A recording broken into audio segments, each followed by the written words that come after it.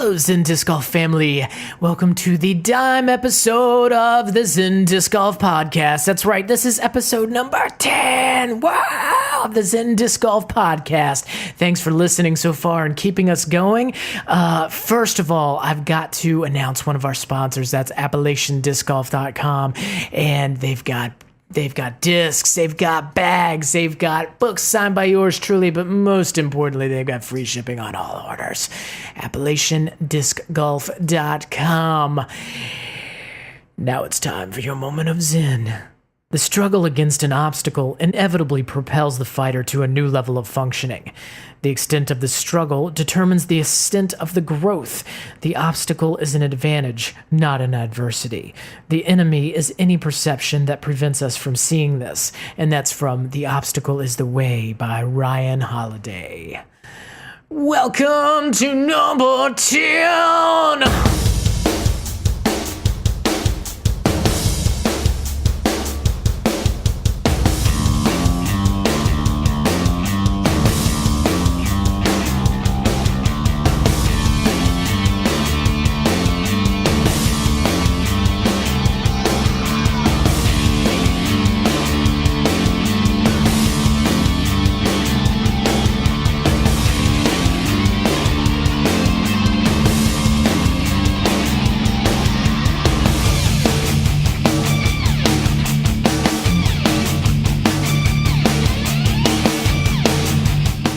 Zach. Hi, Pat. The dime episode. I've already sang like 3 times before the pre-roll, and now. It's worth singing about. That's number 10. It's a milestone. It is. It's a big milestone. Speaking of 10, Tim. Hey. My intros to Tim Steward are terrible. I don't remember what it was the last time. Speaking of cool, here's the cool voice of Tim Steward. Oh, there we go. Maybe I like it. I like it. Here, helping you drop the dime. Yeah, dropping the dime. So how are you, Tim? I'm doing great, man. How you guys doing? Oh, fantastic. The weather is hot still, but it's manageable. Wow, it's 68 here. I can't wait for, I'm going to go out and play after this, and it's just about perfect for me. That sounds fantastic. I wish we were going to go play. I have an appointment, though, later. I got to go fishing. That's my big plans for the night. You got to hate it. Life is tough. It's hard. It's hard being me. Fishing, could you consider that an obstacle for you? Standing between you and disc golf? I could. Fishing season's so short, it's hard to decide what to do. So there's my second terrible segue. Okay, so the title today, gentlemen, is Seeing the Gap and Not the Trees. I've mentioned that on several other podcasts, and people have kind of picked up on that line. I've seen several people tweet it or email me with those lines coming right back at me.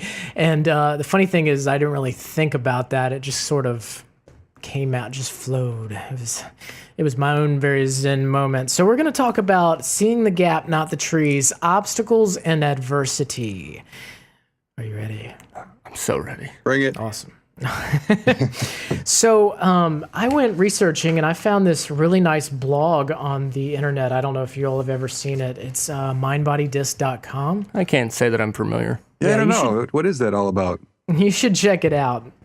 They do this segment. Actually, it's Tim's blog. I guess we'll just throw that out there. I hear it's excellent. It is. It's a great blog. I wish I could think of all the stuff that you come up with to put on the Zen Disc Golf blog. I'll just send them your way. I was like, well, if you can't beat them, join them. So I just decided to have Tim on the show. Perfect. Enterprising man, Pat McCormick. Yeah, episode number 3 for Tim. Woo! Awesome.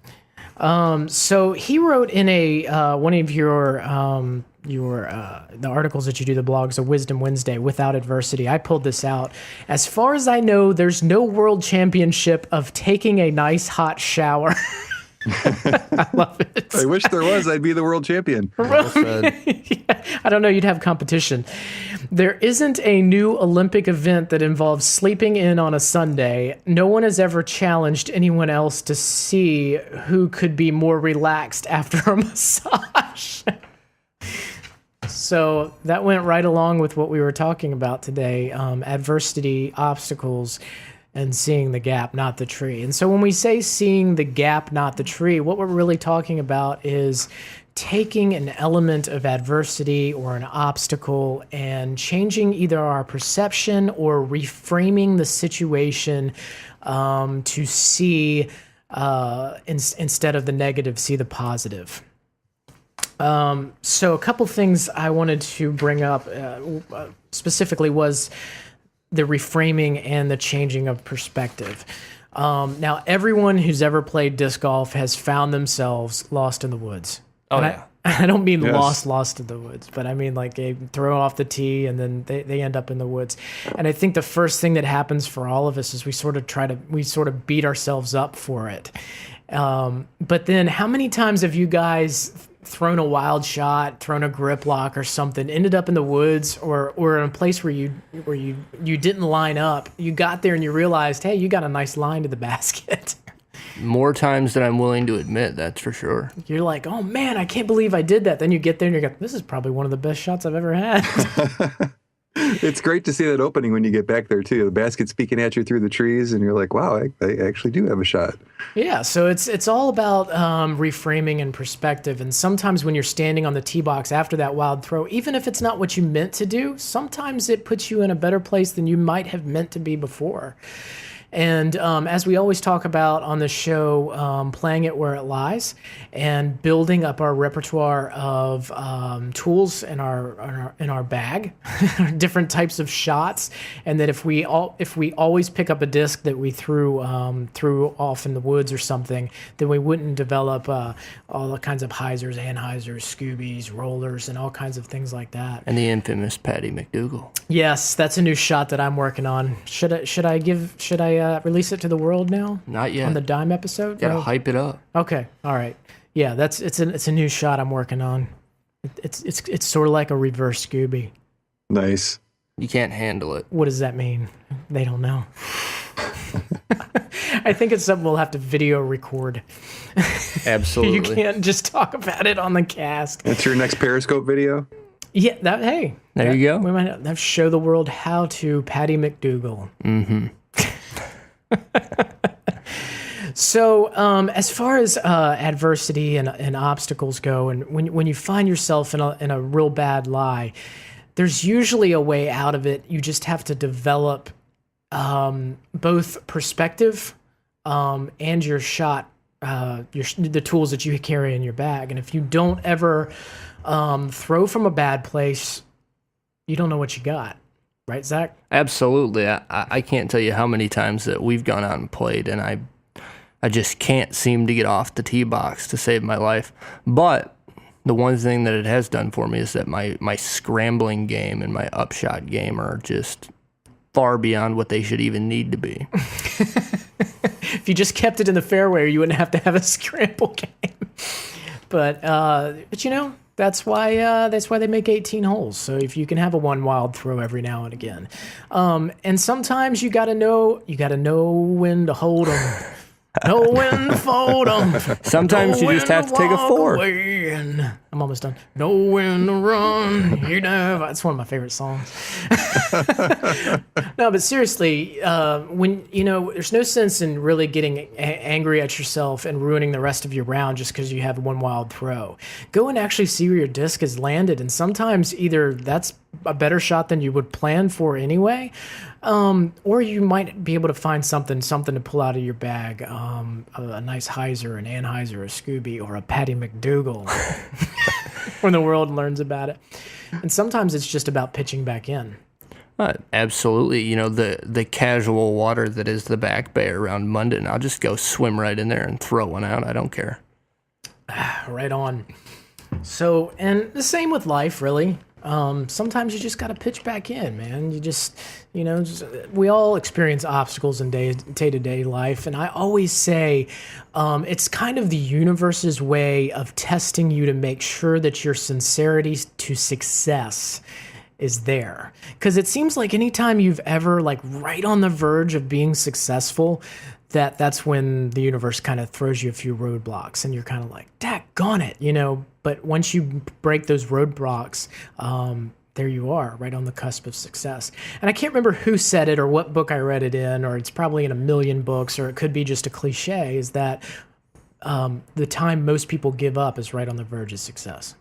It is. I've heard that quite a bit, and that's something that I'll tell you in a lot of different areas keeps me going. Not just disc golf, is you think, if I can just push past this particular horizon in front of me, that there is success beyond, and that most people in the world kind of do tend to quit when it gets hard like that. And sometimes you just got to push past, and that's when that breakthrough comes. And even if it's not a breakthrough, just knowing that you can push past and that you have that quality. I mean, that's invaluable, because then when you face something really hard in life, you've done it before. You've pushed past the hard spots before, and it's easier not to quit the more Absolutely. you don't quit. And I used to have this huge whiteboard that I had up in my office before I gave my office to my baby that's coming, which will be here any day now.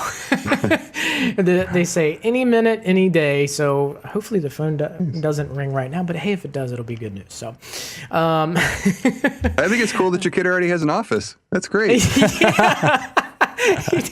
That's awesome. Yeah. So we put his nursery in my old office, but I used to have this huge whiteboard. And one of the things that I wrote on the whiteboard was 2 words that I really liked together: little victories.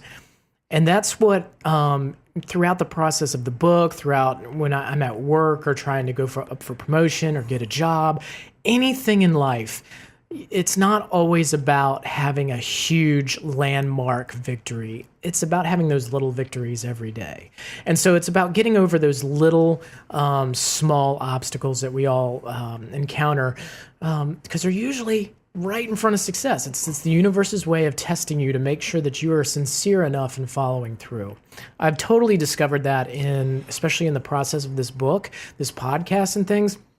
I'm almost to 10,000 followers on Facebook, Wow. which is out of control. That's a little thing I call OOC, out of control. Nice. Yeah, that's a big number right there. So, and you would think, and then there's about there's over 6,000 on Instagram and about 2,500 on Twitter. That is a huge opportunity for what we call trolls. Yes. Oh, yeah. But I have been so lucky to experience trolls on a very, very small level. And hopefully I'm not opening the door here by talking about them. Talking to you, Chris Bowden.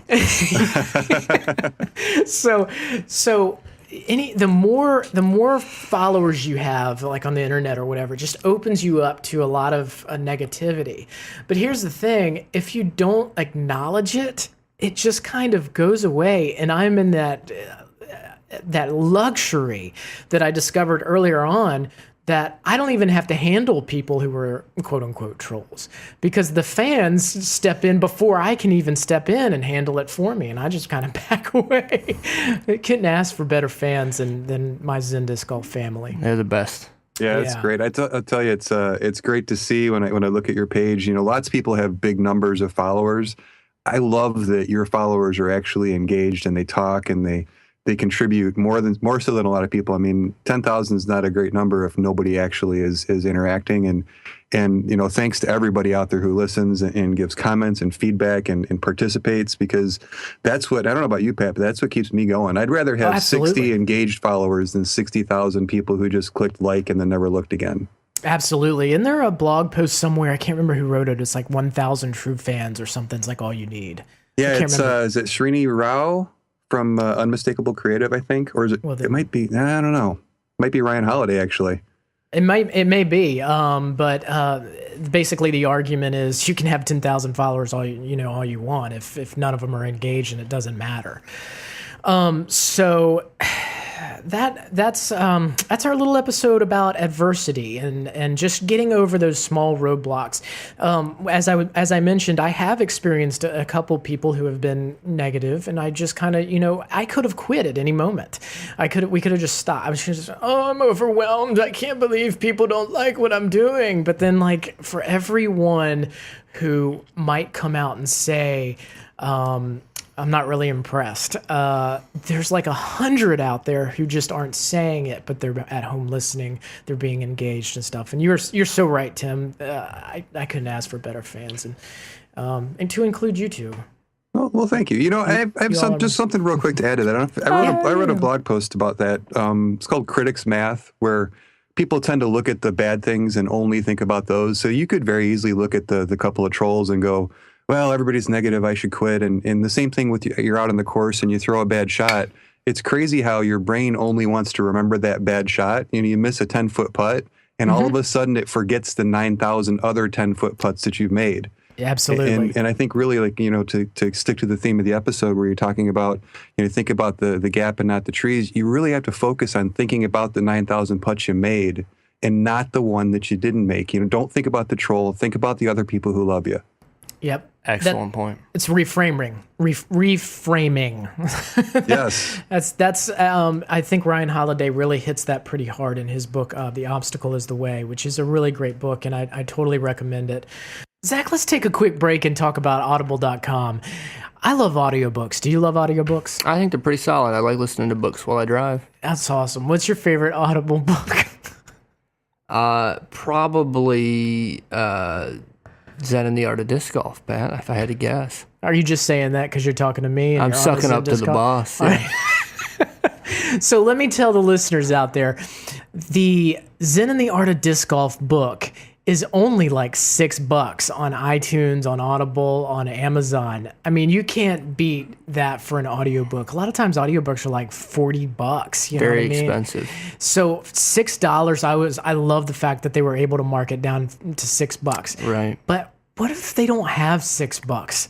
Guess what? I'm going to tell you how you can get this book for free. Zen and the Art of Disc Golf on audio. Because some people some people's eyes get tired. Some people got ADD. They don't want to read the book. And, to each his own. I love the audiobook. I love to read, and I love audiobooks.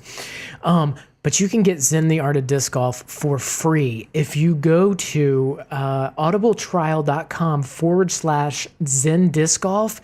That will give you a free 30-day trial. Cancel at any time. Free 30-day trial.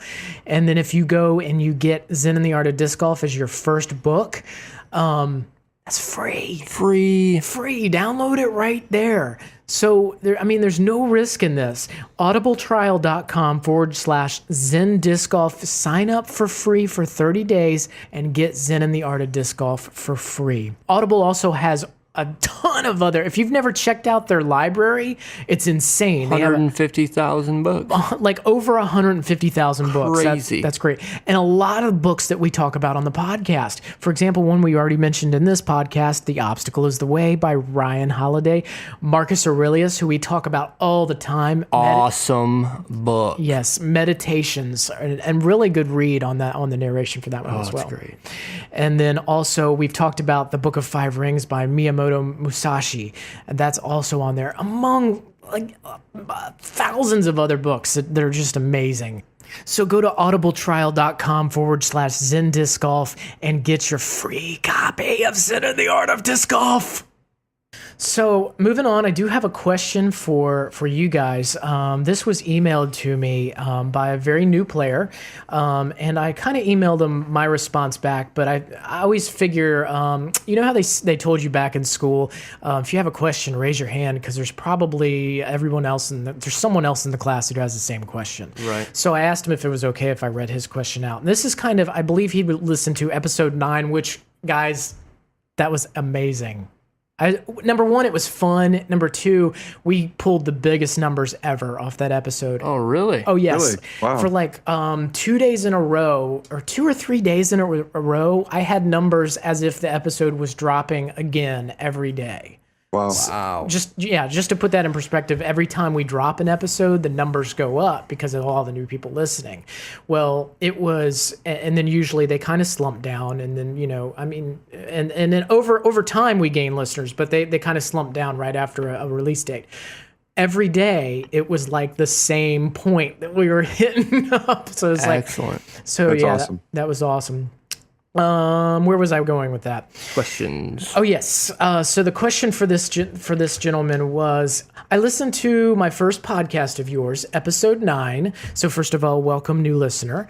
It was great, and I plan on listening on to the rest of them. I'm new to the sport, about a month in, and I have a few questions, and I'm wondering if you could answer. My first question is for the Buzz disc, which both Zach and I recommended on episode 9.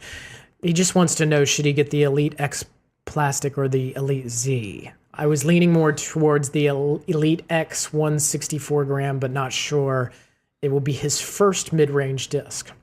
What do you think, Zach? Well, I think you're making a great choice by choosing a Buzz. For a new disc golfer, I think you're hard-pressed to find a better mid, but again, that's personal preference.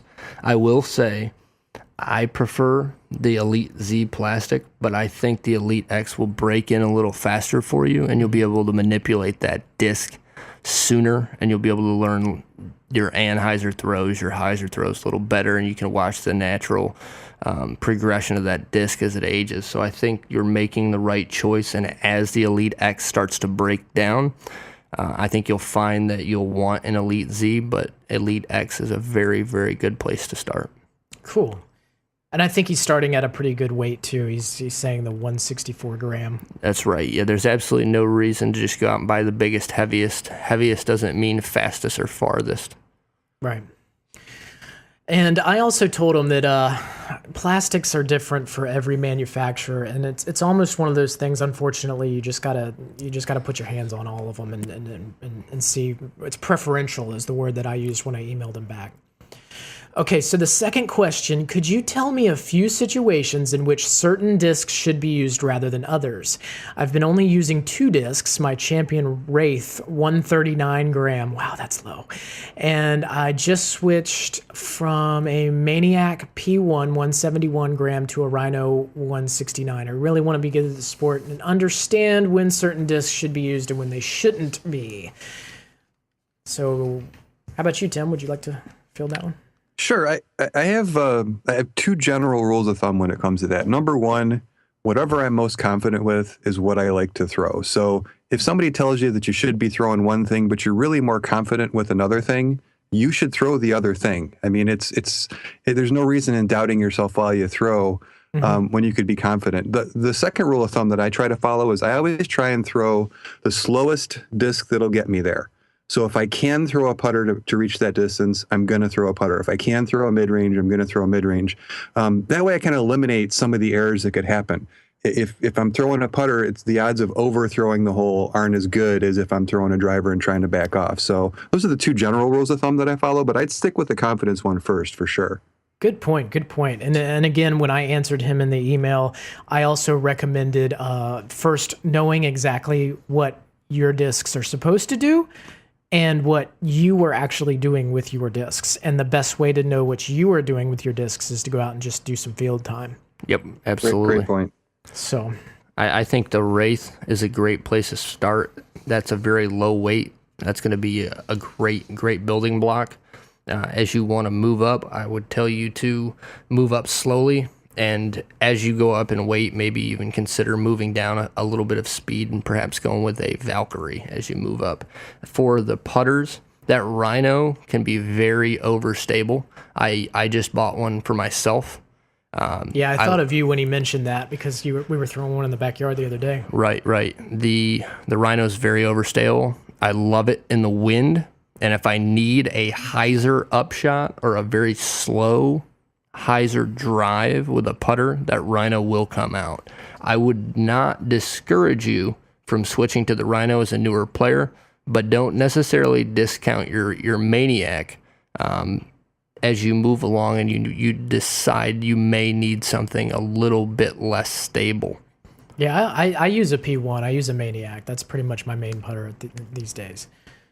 Okay, awesome, Zach. Thanks so much. Then he also says, thank you for your help. I plan on buying your book soon. So I just wanted to throw that one out there. Well, yeah, I mean... Sooner the better. Buy you want to get good at this sport, right? Audio book, Kindle, paperback. You might need all 3 just in case. You guys ready to talk about what you're throwing? Dinner plate. Dinner plates as always. How about you, Tim? You want to go first? Sure. Yeah. You know, I want to talk about my the disc other than my putter that I throw the most, which is the dynamic disc Trespass. Okay. It's a speed 12 driver. It's not the longest disc in my bag, but only by a hair. But it's something that I can really kind of rip into. I can get it to stand up. I can get it to turn just a little bit, but it gives me these really nice, tight S-turn straight flights. On a good pull, with everything goes perfectly and all the planets are aligned, I can get it out to about 400, usually 360, 375, and I can do it accurately. So that's the nice thing I like about that disc is it's not squirrely, it doesn't get away from me, and it's a relatively thin rimmed disc. It's a lot of discs that people take to go that far. They've got these big, huge, wide rims, and I'm 6'6", so I've got big, huge hands. Wow, you're a tall dude, man. Yeah, a little bit. So I've got big, giant hands, and even my big hands don't like those big, wide rim drivers. Like I pick up a nuke sometimes, and I wonder how people even get their hand around that thing. But I like it because it's got a narrow rim. To compare it to some other discs, it's a lot like a destroyer, a little bit of a broken-in destroyer. It's a lot like an Orion LF. So it's similar to those discs, but it's just for some reason it just fits my arm speed, it fits my style, and I really dig that disc. Awesome. Okay, so that was the dynamic disc Trespass. Okay, so what about you, Zach Englehart, the ticklish hamster? Well, when I received my Chain Cutters Union box in the mail, the disc that they had provided for me in that box was the Gateway Mystic, which is a mid-range, and it's new from Gateway in their mid-range line. Understable mid, and it's billed as being able to hold any line and being easy to throw. I agree with that wholeheartedly. I think mine's 170 plus grams. Don't quote me on that. But it's very consistent. Relatively understable with speed 5, glide 4, turn neg 2, and 1 fade. It's rated for beginner and intermediate skill levels. I've had issues lately with getting off the tee with consistency with a driver, and I've been turning more and more to the Mystic because of its ability to be easily manipulated for shot shaping. You don't have to throw it hard to throw it far. Very consistent for throwing straight 200 to 300 feet in that range. For my money, I'm very pleased with what I was given on chance through the Chain Cutters Union box, and I'm happy and looking forward to buying more of them. And I highly encourage newer throwers with what I would describe as a noodle arm like me to pick one up. It'll give you a little extra distance. It'll help you learn an anhyzer, and it'll help you keep it straight in the fairway. Right on. Right on. Speaking of learning an anhyzer, I went with a very understable disc, and one that we've mentioned probably several times on the episode 9 on the last podcast. I just got to thinking about what would be a great disc to recommend to go a little bit more in depth with, to recommend to newer players. And I want to talk a little bit about the Westside disc Underworld. So according to the numbers here from our friends at Infinite Discs, the Underworld is a speed 7, glide 6, turn neg 3, fade 1. And I don't believe those numbers lie. Have you thrown it, Zach? I have. I find it to be extremely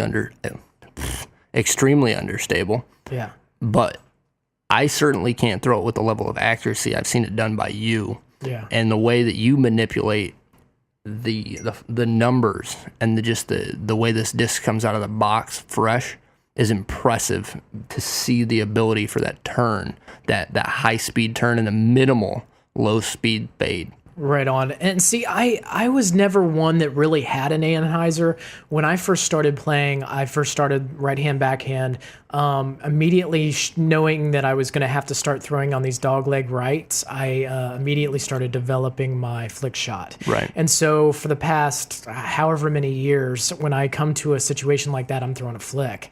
So this is the first disc that I've really been able to just practice turning over and pulling anhyzers out, other other than putters, because I would ante a putter in a heartbeat, in an upshot situation. But as far as off the tee, this is the first disc that I've really reached for and said, hey, instead of doing the same thing I always do with a flick, let me just try and throw something a little bit more understable. Right. So I definitely recommend the Westside Underworld. It's very also a seer is very similar to the Underworld. I keep both of them in my bag. So there's that. Little fact here about Pat McCormick. Pat can be handed a brand new disc, never thrown it, never touched it, pick it up, huck it, and put it wherever he wants, and I hate him for it. Well, thanks for saying that. I appreciate it. I'm like, but hey, Zach, I can hand him any number of discs from my bag, and he could tell me what the numbers are supposed to be on the disc without ever throwing it. I don't know what's a better quality. It makes for great teamwork, I'll tell you that. Hey, what's the numbers on this disc? He's like a savant when it comes to that. I if there were only like Jeopardy for disc golfers, I'd be okay. Yeah, you could win us a lot of money. I don't know why I said us. Yeah, I'm all about sharing. Sharing is caring. Speaking of sharing, let's talk about what's new with Zen. I got something exciting for you guys that I haven't talked about at all with anyone other than my wife. And so I've got a new product that's going to be coming out very soon. And in fact, to get that product started with a kick-started, if you will, I've already started up a Kickstarter project with it. I'm just waiting for it to be approved. So once this is approved, it's going to come out and hit. Maybe by the time this podcast hits, it will be approved. What it is a Zen Disc Golf team box. Oh, yeah. Oh, cool. Yeah. So basically, it's just going to be a box with a bunch of really cool stuff in it. Stuff that people have been asking more from the beginning. So in the Zen Disc Golf team box, you will get the following. Number 1, a putter with a Zen Disc Golf stamp on it. Oh, yeah. Nice. And I'm already I'm trying to get in contact with Gateway because I'm interested in getting one of Zach's favorite discs, the Voodoo. The Voodoo, yes, sir. That's what I'm interested in, but we'll see exactly which putter comes out. So hopefully it'll be a white putter with the black logo on it. That's what's going to come in the box. Second thing will be bag tags. Oh, yeah. Numbered. So that's the second thing. The third thing will be Zen Disc Golf minis. So you'll get a mini, and the mini, I've actually already got the mini sitting over there, and another installment of the minis. Oh, yeah. Sweet. A sticker pack will also be in the box. 2 or 3 stickers, just depending on what I have on hand. And also had rubber bracelets made because I see how popular those are. I wear my dynamic discs ones a lot. Just reminds me when I'm like at work, hey, there's disc golf out there.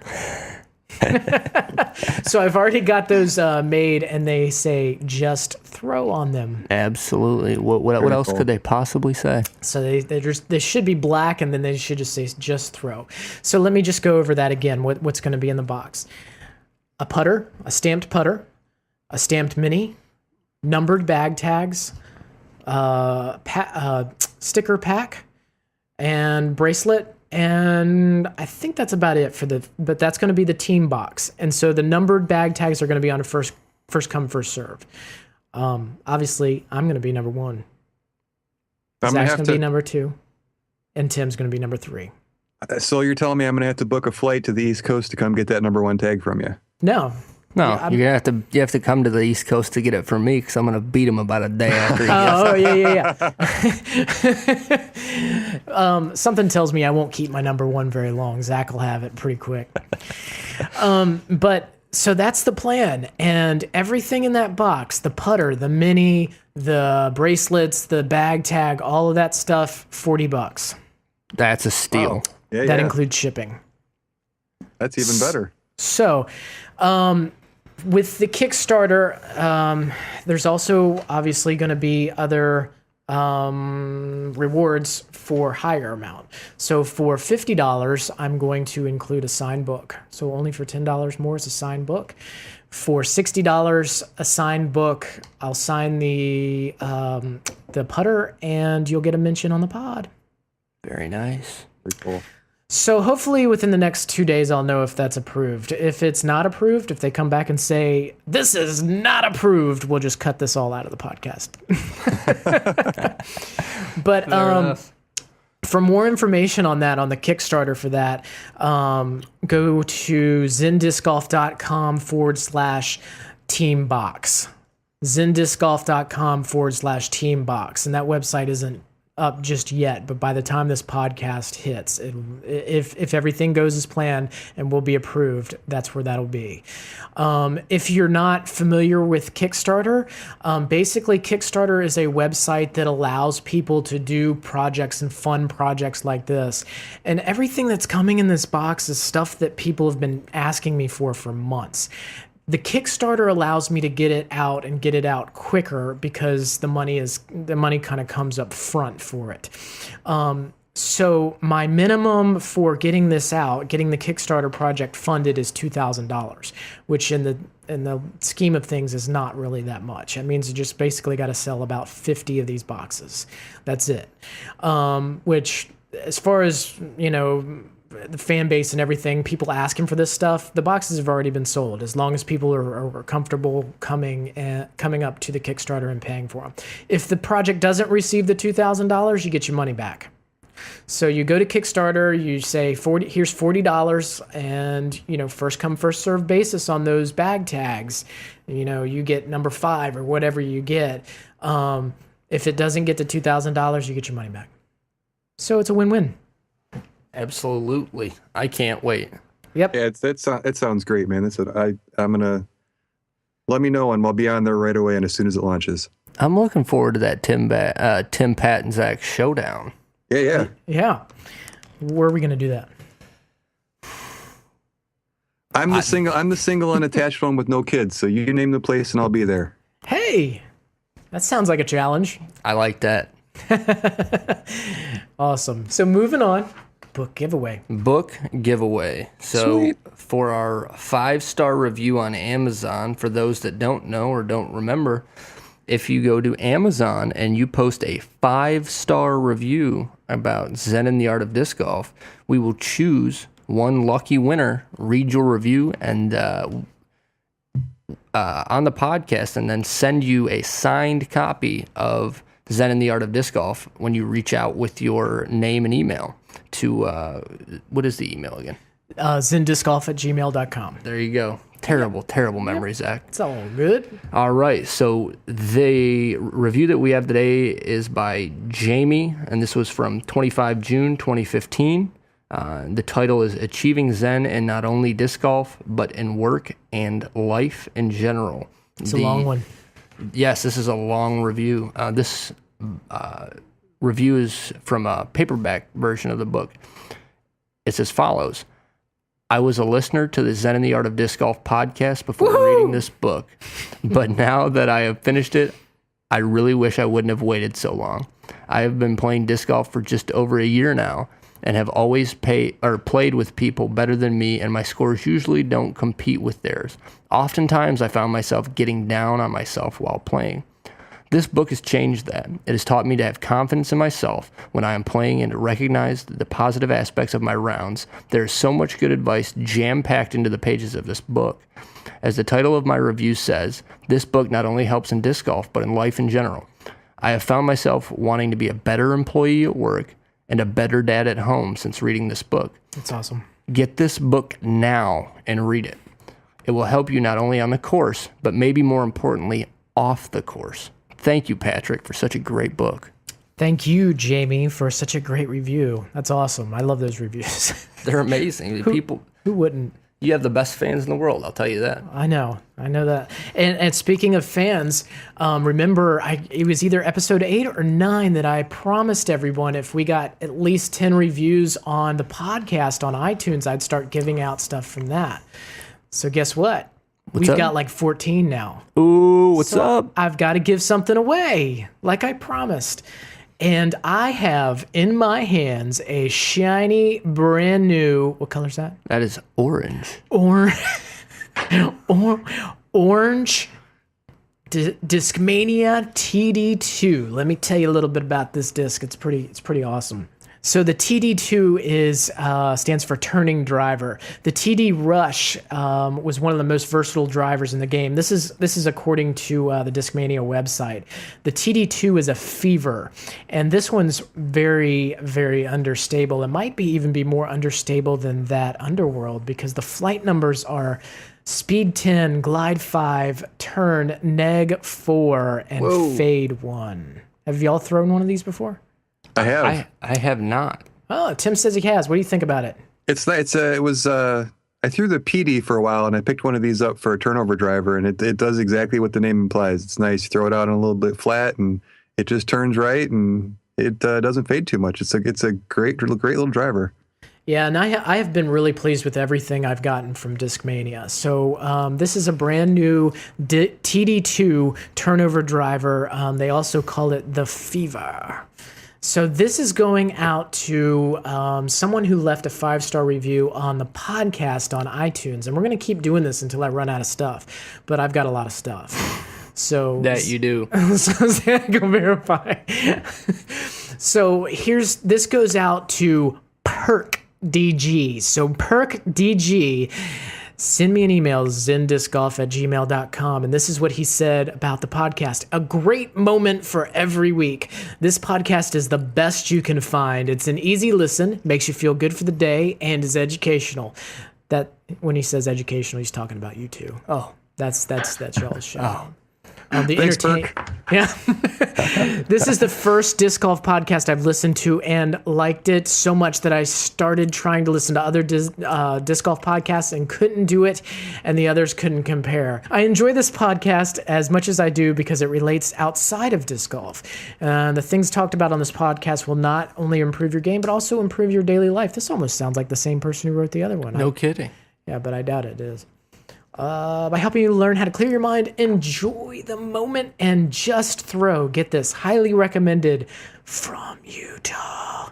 That's what it says down at the bottom, from Utah. Yes, it is. It's funny they didn't put like the Sweden and the United States. I haven't had anybody angry with me so far for continuing to call them that absolutely ridiculous thing. You gotta watch out. You don't want Utah coming at you sideways. It's funny because it's true. I love Utah. I love Utah so much. Like I 17 years left. That's all I've got. I'm retiring to Utah. There you go. You guys want to come? I'll be there. I'm gonna open up a compound. It's gonna have it'll probably have one course on it. Be careful. The last guy that opened up a compound out there didn't go so well for him. You might not want to call it a compound. That's a good point. The Zen Disc Golf compound. It's like the Hotel California. You gotta be careful over there. Just check in, but they never check out. So, as always, thanks everyone for listening. Please check out Zen Disc Golf on Facebook, Twitter, Instagram, all those great places, and the website. Also, check out Tim on mindbodydisc.com. He's writing blog after blog of just excellent information. I can't keep up, so I couldn't beat him, so I had him join us. There you go. Glad to be here. Follow him on Twitter, Instagram, and everything else, and follow the Ticklish Hamster as well. But most importantly, just throw.